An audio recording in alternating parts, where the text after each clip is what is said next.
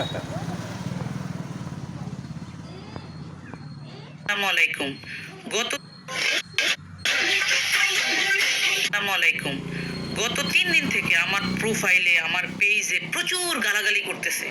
খুব গালাইতেছস তোরা। আমার এগুলা দেখার আসলে সময়ই নেই। তারপরে মজার ব্যাপার হচ্ছে বিভিন্ন জন ফোন কইরা বলতেছে যে, "আপা আপনাকে প্রচুর গালাগালি করতেছে।" আমি বলি, "করুক না ভাই।" এখন কথা হচ্ছে আমি আজকে কিছু আইডি রিয়ালাইজ করলাম, এগুলা যুবদল করে, ছাত্রদল করে। রাস্তার টোকাইরা যুবদল, ছাত্রদল করে। ছাত্র সংসদে ছাগলের মতো তোরা হারছস, তোদের লজ্জা শরম নাই। বেগম জিয়া বলছিল বস্তির পোলাপাইন দিয়া ছাত্রদল করায়।